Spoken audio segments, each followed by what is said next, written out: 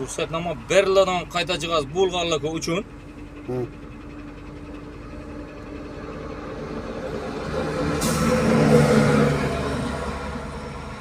tegishli ruxsatnomasi qayta jihozlangan sizlarga. Tushunmadim. Telefon nomeringiz aga. 99'luk. Necha? 99'luk. Aha. 083.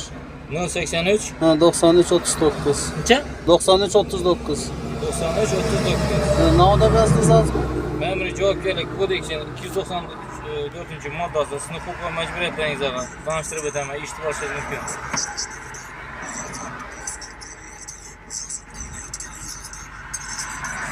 Ben eshitulmadim, o'zingiz tushuntirib bering bana. Qisqacha sinf huquq va majburiyatlaringiz aga. Bayonnoma bilan tanishib chiqish, ishni ko'rib chiqish vaqtida advokat tutishingiz mumkin. E'tirozlaringizni bildirishingiz mumkin ishni ko'rib chiqish vaqtida. Ne yapacağız bunu? Tentingiz yo'qligi.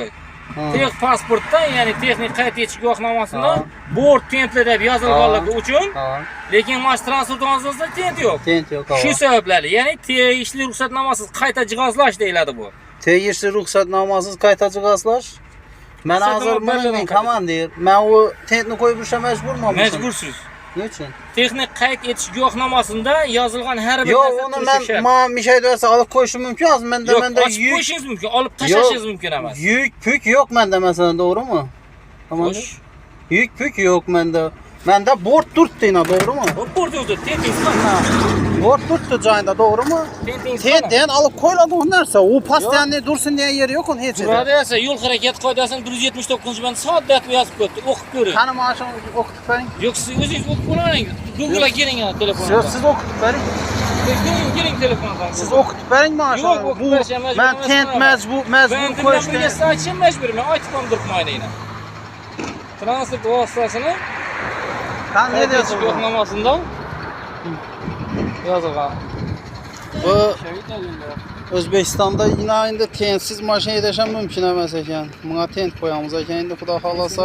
Sizni oti familiyangiz kim? Men familiyam Ermatov, odam Oybek. Sanochoqim 193. Tensiz mashina minish mumkin emas. To'g'ri so'zlaysiz. Yo'q, men buni xohlasam qo'yib, xohlamasam qo'ymaslik mumkin emas. Umuman mumkin emas. Men hozir bunda masalan yuk yo'q, boshqa narsa yo'q. Yo'q, bo'ladimi? Men farqi yo'q. Yo'q, hozir mana qarang.